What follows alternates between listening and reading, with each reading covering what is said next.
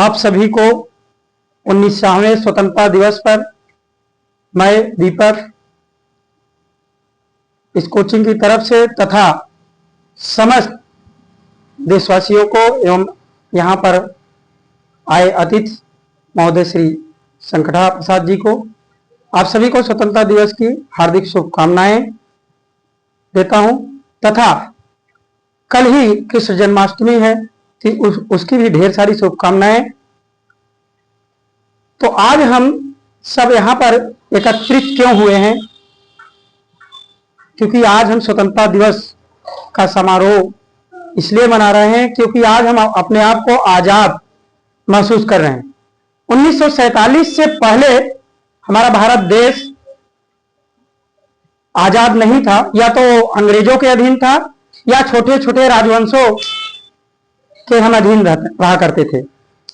जिस तरह से आज हमारा भारतीय संविधान है, हमारा मौलिक अधिकार है, मौलिक अधिकारों में हमें स्वतंत्रता का अधिकार है, समानता का अधिकार है, या हम स्वच्छंद कोई बात रख सकते हैं, फ्रीडम ऑफ स्पीच के नाम से जो जाना जाता है। उस समय ऐसा नहीं था। यदि किसी को कुछ कह दिया गया तो मर्डर हो जाया करते थे। उसीलिए के संदर्भ में आज हम स्वतंत्रता दिवस इसलिए मना रहे हैं क्योंकि उस समय फ्लाइंग मोड में ले लो। तो छोटे छोटे राजवंश इस तरह से राज किया करते थे।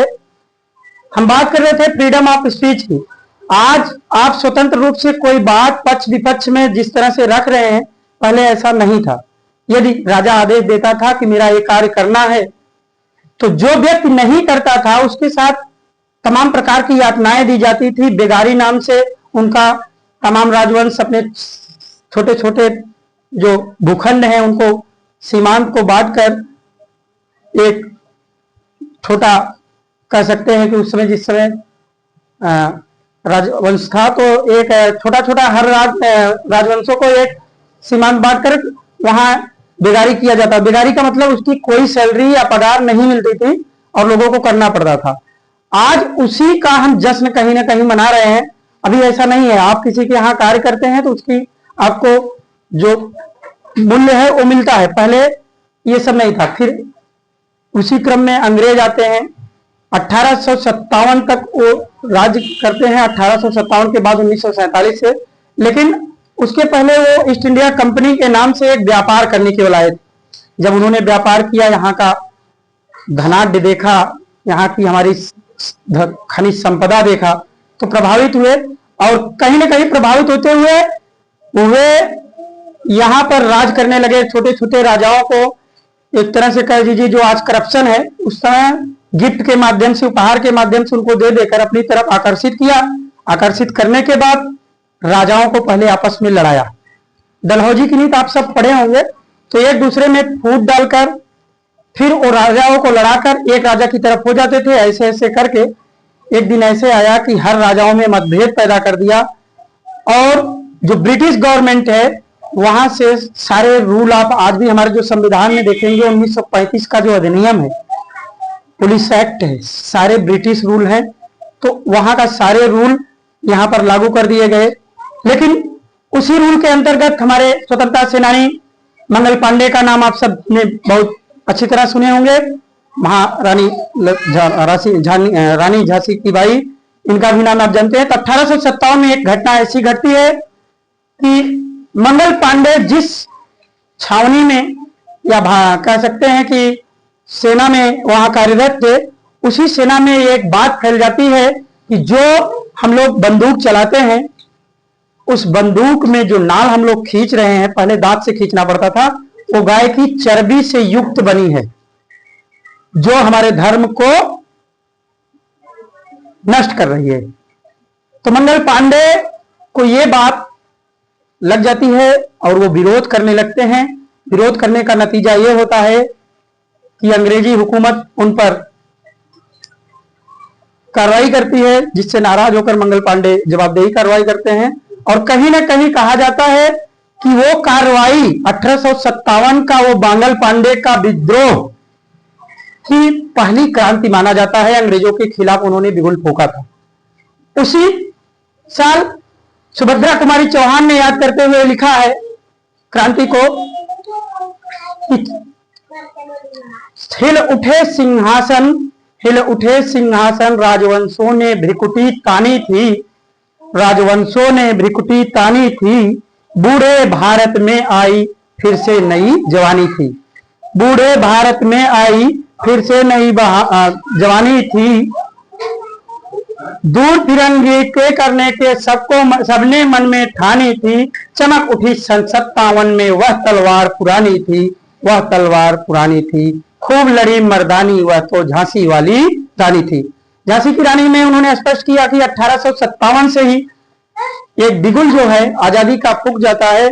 लेकिन आप सबसे हम ये बताना चाहेंगे कि 1857 की क्रांति से पूर्व इतने वहां तो एक जागृति केवल होती है, उसके बाद हम लगभग 90 साल तक लड़ते हैं। बीच में होते होते महात्मा गांधी जब आते हैं तो महात्मा गांधी भी कहीं न कहीं अंग्रेजों से व्यथित थे किसी बात को लेकर। आपने ट्रेन की वो घटना सुनी होगी। तो जो जो अंग्रेजों से दुखी होती गए सबकी एकता बनती गई, और जब एकता बनती गई तो उसी कड़ी में जितने हमारे यहाँ पर देख रहे हैं आप स्वतंत्रता सेनानी, आज हम इन्हें इसलिए याद करते हैं कि इनका बहुत बड़ा योगदान है। इन्होंने कई बार जेल गए। हम आज अगर खुली हवा की सांस ले रहे हैं या किसी के अधीन अपने आप को नहीं महसूस कर रहे हैं, तो चाहे वो नेताजी सुभाष चंद्र बोस हो, पंडित जवाहरलाल नेहरू हो, या चंद्रशेखर आजाद हो, या भगत सिंह हो, बाल गंगाधर तिलक हो, या लाला लाजपत राय को हमें नहीं भूलना चाहिए। सबने कोई कलम से योगदान दे रहा था, तो कोई तलवार से दे रहा था, तो कोई बंदूक से, तो कोई असहयोग आंदोलन। महात्मा गांधी जैसा नेता था जो सबको एकजुट करके, उस समय हमको ये भी ज्ञात होना चाहिए कि हमारा भारत केवल आज जो छोटा सा भारत है इतना नहीं था, पाकिस्तान का पूरा भूभाग प्लस बांग्लादेश सब तीनों एक थे। ये बाद में अलग अलग हुए हैं। तो इस इतना बड़ा देश को एक खंड में करके चलना वो भी बहुत बड़ा गुण का काम होगा, तभी कोई किसी की सुनता है। आप स्वयं अनुभव कर सकते हैं कि आपके परिवार का कोई नहीं सुनता। अगर महात्मा गांधी से प्रभावित सब थे तो कहीं ना कहीं महात्मा गांधी में कुछ तो गुण रहे होंगे। तो इन सबको याद करते हुए मैं मक्खनलाल चतुर्वेदी को कोट करना चाहूंगा। उन्होंने कहा है कि वीर के लिए उसकी अभिलाषा क्या है, या हमारे राष्ट्र के प्रति हमारा देश प्रेम कैसा होना चाहिए।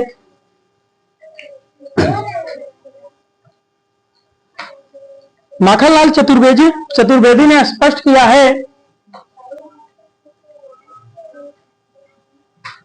कि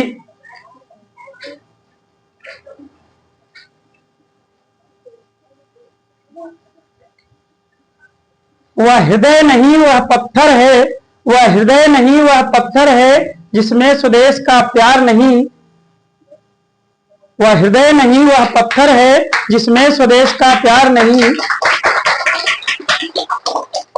और राष्ट्रभाषा के लिए उन्होंने आगे कहा है, निज भाषा उन्नत है सब उन्नत को मूल। तो हमारी राष्ट्रभाषा आज हिंदी है, तो हमें अपनी भाषा, अपने देश, अपनी एकता अखंडता को बनाए रखने के लिए हम सभी से यह आशा करते हैं कि हमारे जो भविष्य के नौनिहाल है हमारे राष्ट्र भक्तों को सम्मान करेंगे। और उनको याद करते हुए हम आज स्पीच पूरी तरह से नहीं दे पाए, इसके लिए क्षमा चाहते हैं। जय हिंद।